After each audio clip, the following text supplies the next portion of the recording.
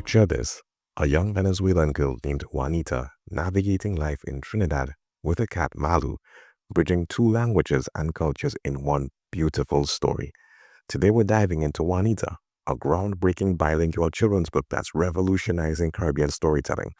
Join us as we chat with the authors Rayne Affonso and Talia Khan about creating cultural connections through literature and help us reach 500 followers while celebrating Caribbean authors. Greetings, listenership. Welcome to TLC, Tropical Literature Creatives, the podcast where we interview authors of Caribbean heritage about themselves and about their literary works. Some of them you've heard of, but some of them you'll be hearing about soon enough. And two such persons we have with us here today, Rayne Affonso and Talia Khan, the co-authors of the book Juanita. Rayne, Talia, welcome to Tropical Literature Creatives. Thank you so much for having us. Really appreciate it. Thank you for having us. Okay, the pleasure is all ours.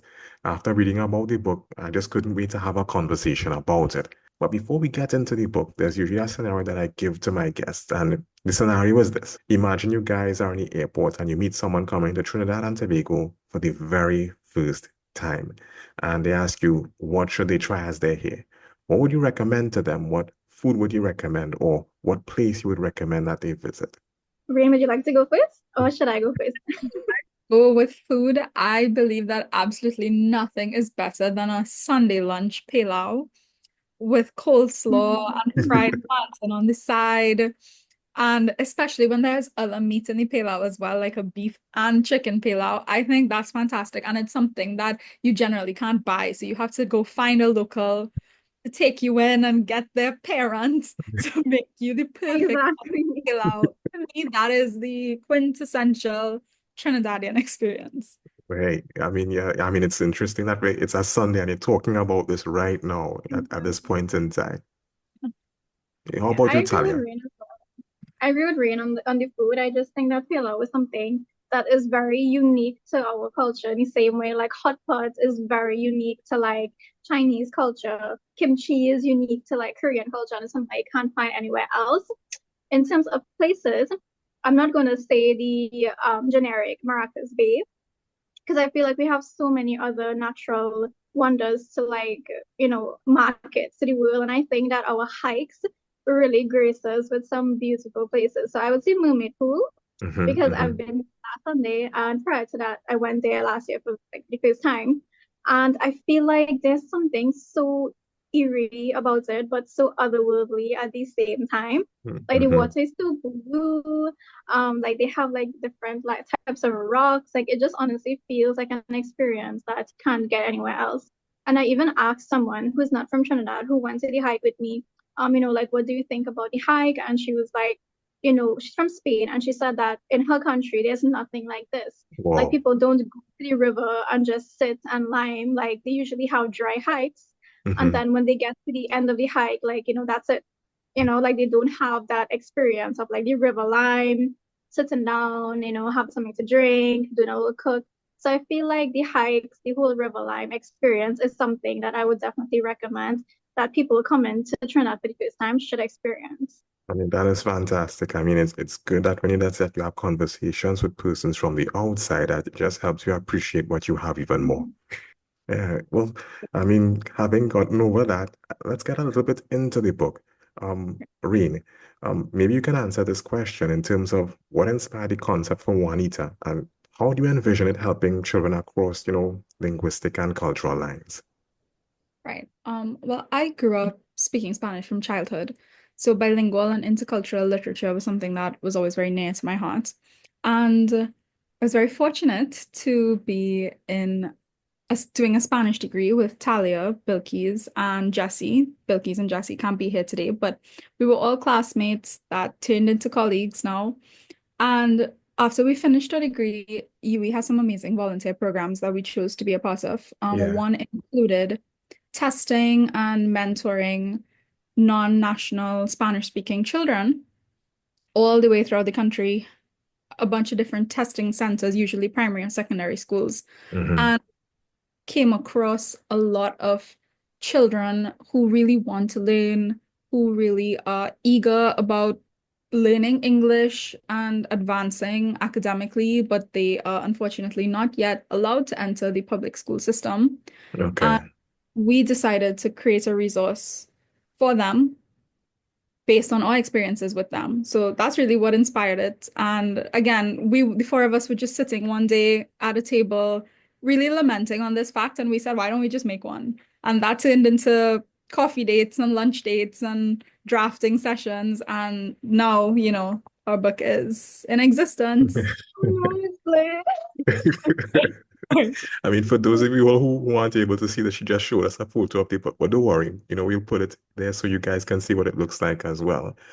It's just interesting how it is, I mean, four persons came together and put together an idea, and here it is, you all are changing the world. I mean, it sounds, really grand and stuff, but I mean, at the same time, the world is different because of this idea that has been, has materialized, and we're all the better for it.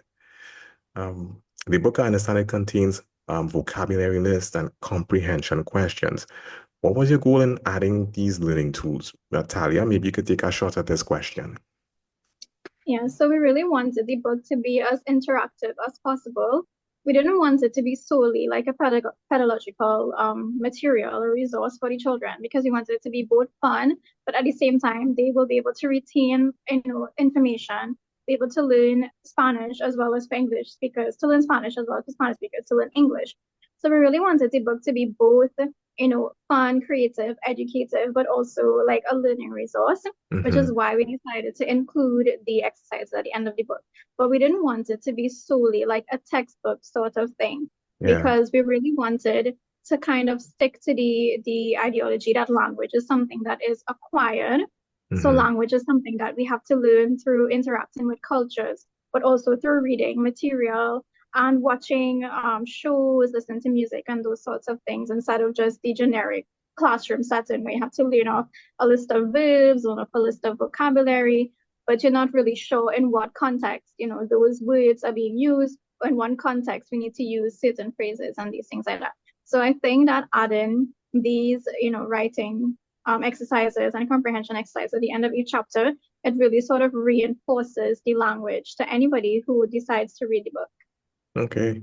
In terms of the book itself, what is the age group that you're targeting for this book? The age group is actually quite wide, because when we were actually drafting a book and working with the Venezuelan children, well, not just Venezuelan children, but Latin American refugees on a whole, we realized that they sometimes couldn't even read in their native language, which was Spanish, because they didn't have the opportunity to go to school and they had to migrate at a very young age. So it was a bit difficult to say that, okay, we want to stick to a small age group, say 7 to 8 or 7 to 9. We really needed to make it as wide as possible, to make it as inclusive as possible. So we would say the age group is maybe between 7 to 11, 7 to 12, to really include as many children as possible, both local and Spanish speaking. No, to be honest, I'm feeling a little bit left out because I was having a conversation with Rayne a little while ago. And I mean, you're talking that this is for for children, etc. But me being an adult and me wanting to just, understand basic things as well, would I be able to go through the book and grasp concepts and learn, etc.? Absolutely. For It's sure. obviously it's marketed as a children's book. But maybe Rayne could take over. It's marketed as a children's book, but of course, even adults could use it, even teenagers could use it. Anybody that wants to be introduced, to the Spanish language.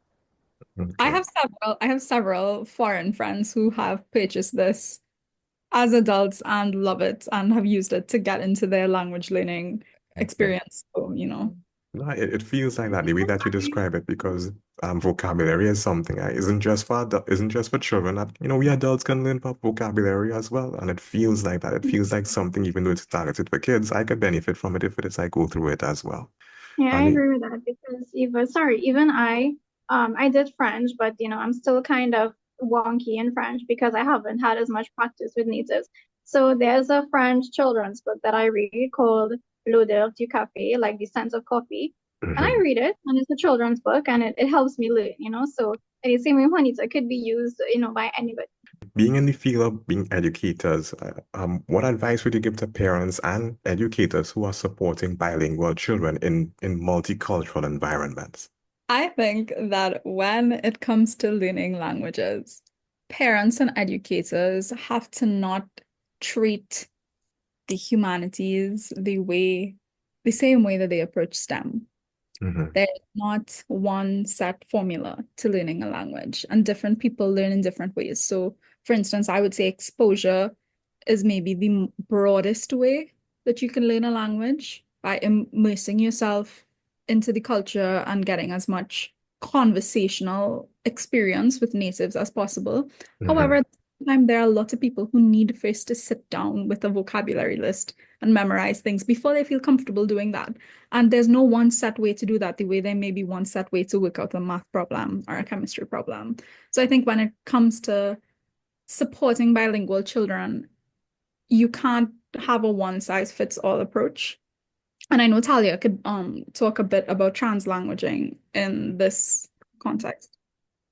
Yeah, well, translanguaging is basically using multiple languages in a classroom setting to deliver a subject. So, say for example, you want to talk about the rain cycle or weather or anything in social studies or geography. You're going to deliver that session in both English as well as Spanish because we're trying to move away from the idea that a classroom has to be taught monolingually, that monolingual education is the only way that we can deliver subjects, especially since the demographic of Trinidad is changing both linguistically as well as ethnically. We really need to start incorporating more open-mindedness. I mean, we really need to start I guess changing the way that we view language itself. Because we've always grown up thinking that Spanish and French is taught in schools, yes, but it's not really as important as sticking to a conventional standard English. But the more that we receive more migrants and the more that the demographic is changing, we have to realize that, we have to not only be more inclusive, but also that having a bilingual system is actually, in fact, very beneficial in a number of ways, not just for work opportunities, but for expanding your worldview, for expanding your brain capacity, for cultural empathy and sensitivity, and all of these things that obviously have so much value to what it is to be human and to the human experience as a whole. So I think that in terms of parents and what advice we could give to parents, I definitely agree with Rayne, and that there's no one size fits all approach to learning language, but also they need to realize that language isn't just about having like an extra on your CV, like having an extra Hmm. qualification, extra certificate on the CV, but also that is something that can benefit you as an individual as well, in terms of the heart and of the mind and of the soul. I mean, you said a lot there. I mean, one of the Yeah, things I take away is that you guys, when you put this book together, it wasn't just like, to just get a project out of the way. You guys were thinking down the road. I mean, you're thinking and you're seeing the way that, society is going, and the tool that you're putting together can legitimately benefit the persons who use it. In addition to reading the book, can you recommend any other activities that persons can do to help to improve their language speaking, to so I guess to boost language speaking skills and just the confidence in speaking the language, it's something that Reen said before, is that you have to get that exposure to speaking with natives. You really Mhm. need to engage in conversation practice. Because when you engage in conversation with natives, that's the only way you're going to learn the context of certain things, and the only way that you're going to learn those cultural nuances, which very much takes you from like a level B1, B2 to like a level C1. Because you could obviously know all of the grammar rules, you could know all of the vocabulary, and you could also know how to put it together. But when you actually get out there with native speakers, you would realize that there's so much to it than just stringing words together in a sentence. Yeah. So I think that the best way to build confidence is really putting yourself out there to speak to natives, because that's really how I got to the level that I am in Spanish. When I was in Form 6, I realized that the oral exams were like my biggest fear. So I sort of looked for resources to learn and practice with natives. So I downloaded an app called Tandem, and I Hmm. forced myself to video call and voice call as well, native speakers, and speak to them. And then at my previous job, I had to interpret every single day with natives as well. So that Yeah. helped me boost my confidence as well. So I think conversation practice and sort of like facing your fears is really the best way to boost that confidence in speaking the language. Yeah. Um, And they too really appreciate you speaking to them in their native language because they actually love to, in the same way that if somebody speaks us in English in a foreign country, we would yeah, feel a sense of relief, like, oh my God, thank God somebody, knows English. In the same way, they would feel happy, even if you just say something as simple as hola, muchas gracias, or I don't know, hola hermano, something like that. Like yeah. they will feel, that sense of community because they're seeing that somebody actually sees them and notices them. Yes. And, them feeling that sense of recognition is something that I think is really important as well. That's great, and that's great. Um, Rayne, this question is for you. In terms of the book itself, Juanita, it introduces readers to a number of festivals and, Trinidad's diverse cultures, etc. Is there any particular festival or any culture that was showcased in the book that, stood out to you that you feel particularly proud about?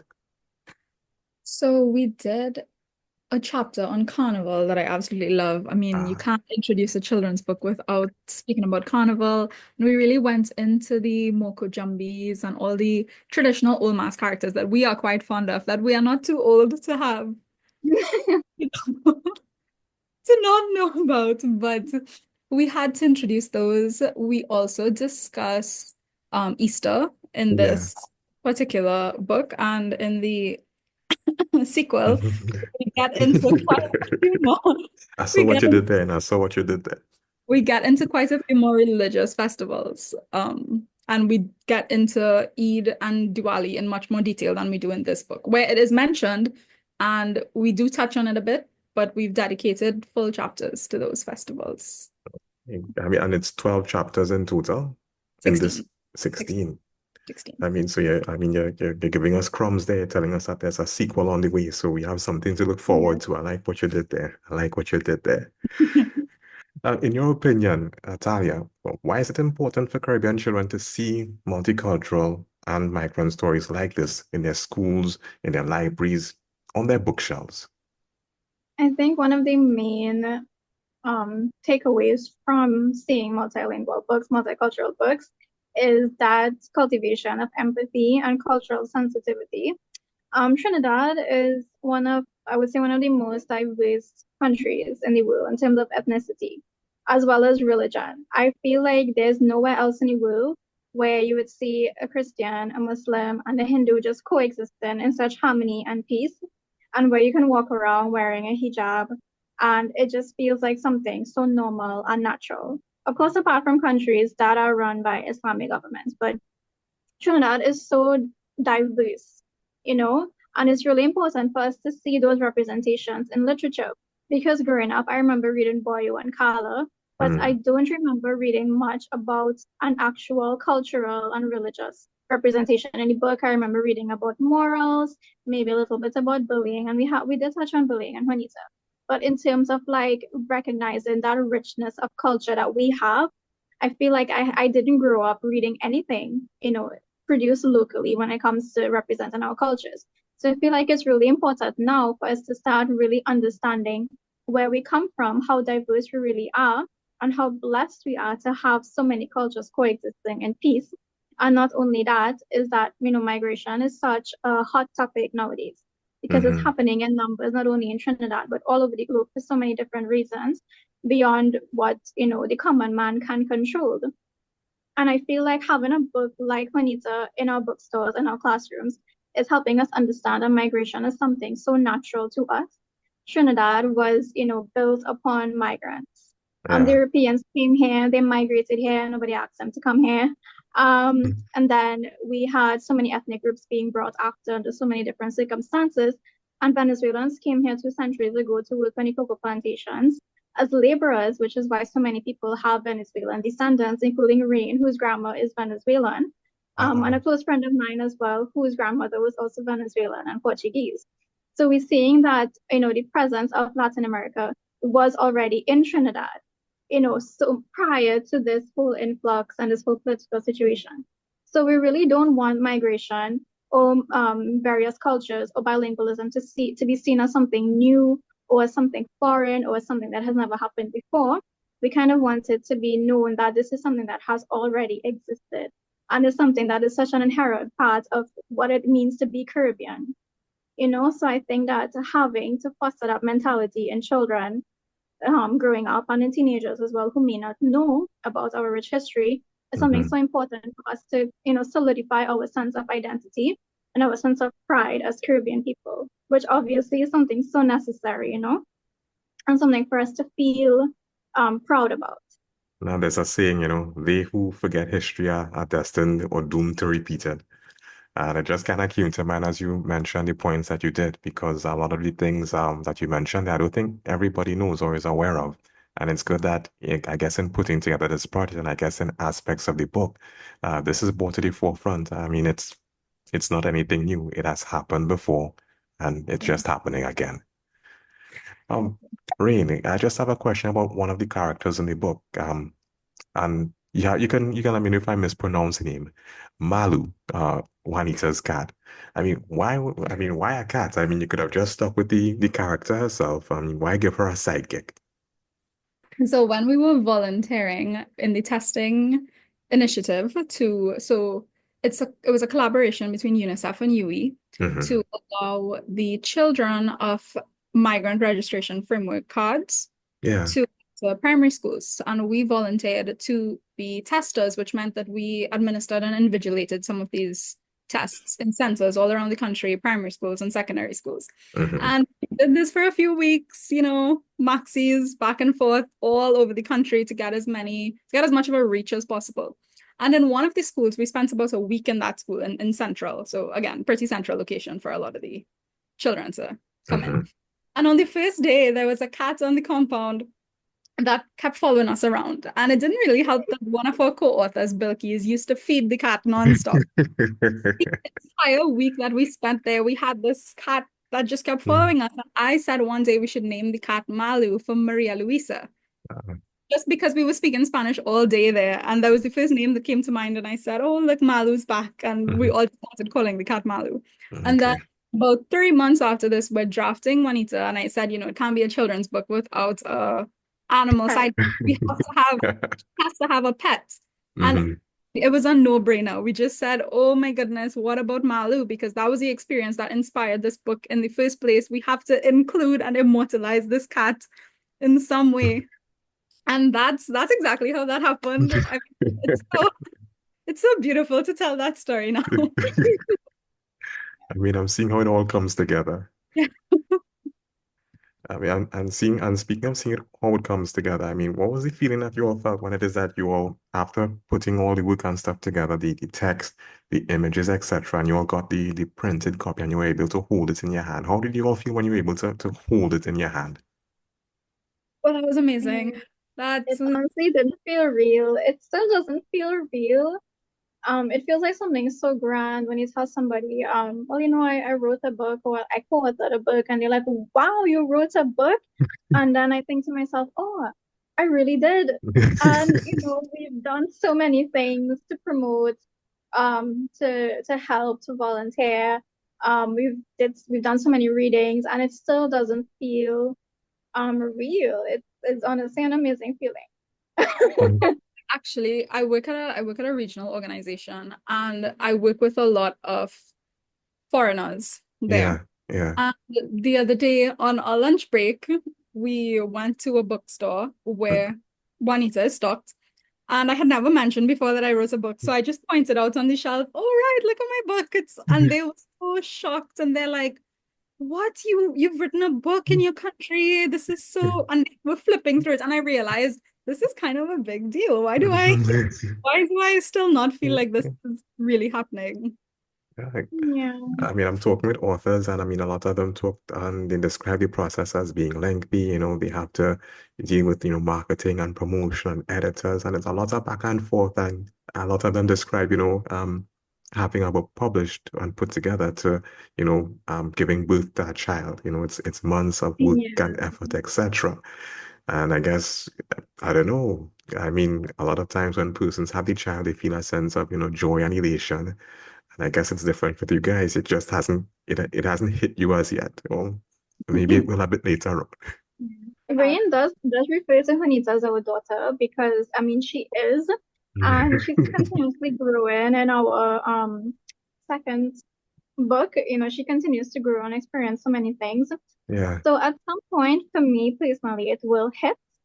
Yeah. But for now, because I think, having, having taken part in a book or writing a book, publishing a book, editing a book, because we all did everything on our own, Yeah. as a group.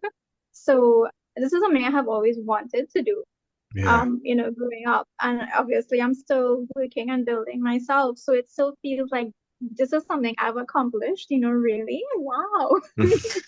Yeah. I mean, what has the reaction been from persons who you would interact with who would have gotten copies of the book? Are they like, this could have been better? I mean, I appreciate it. I mean, when I coming out with another one, what has been the response like? It's been fantastic. I don't think we expected the response that we did when we wrote this because we were writing for the children. Hmm. We were quite literally working with the children and we thought they need a resource.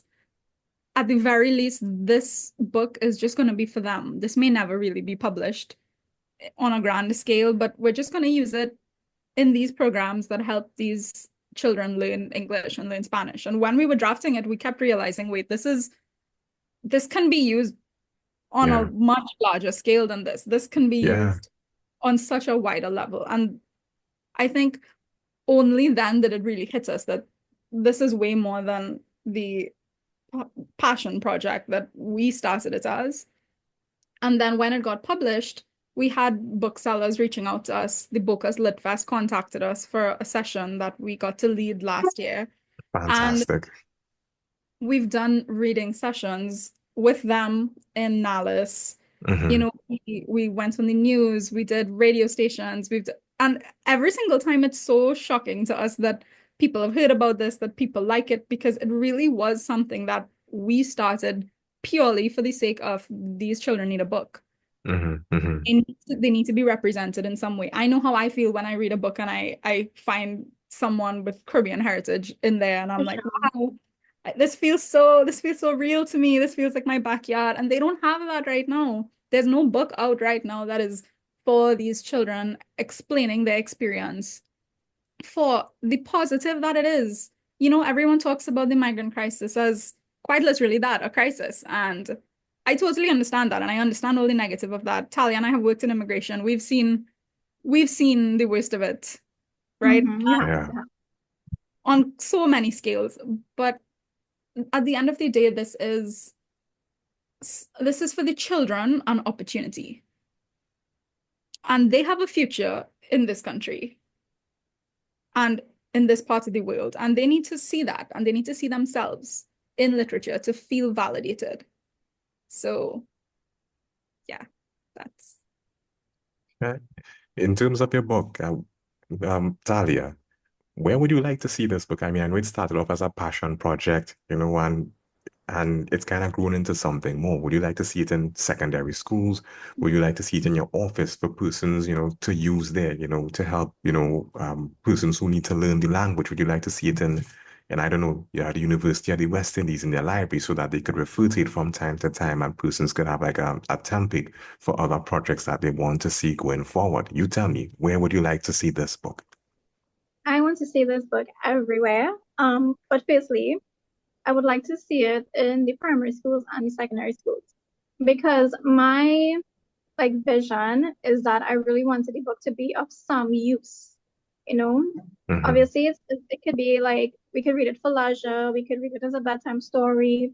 Anybody could use it to practice the language, to learn vocabulary. But I really wanted to be recognized on a policy level, Yeah. especially since Venezuelan migrants have been integrated into the education system. And we have a few children in various primary schools, and from from workshops and so on, that our co-author Jessie has been engaging in, is very telling that it's been a bit difficult for both teachers and for the students to interact, and not only interact, but to deliver the material. So these workshops are being continuously administered to sort of provide aid to these teachers, because especially if they can't speak Spanish, and especially if these, young children are still learning English, there still exists that language barrier.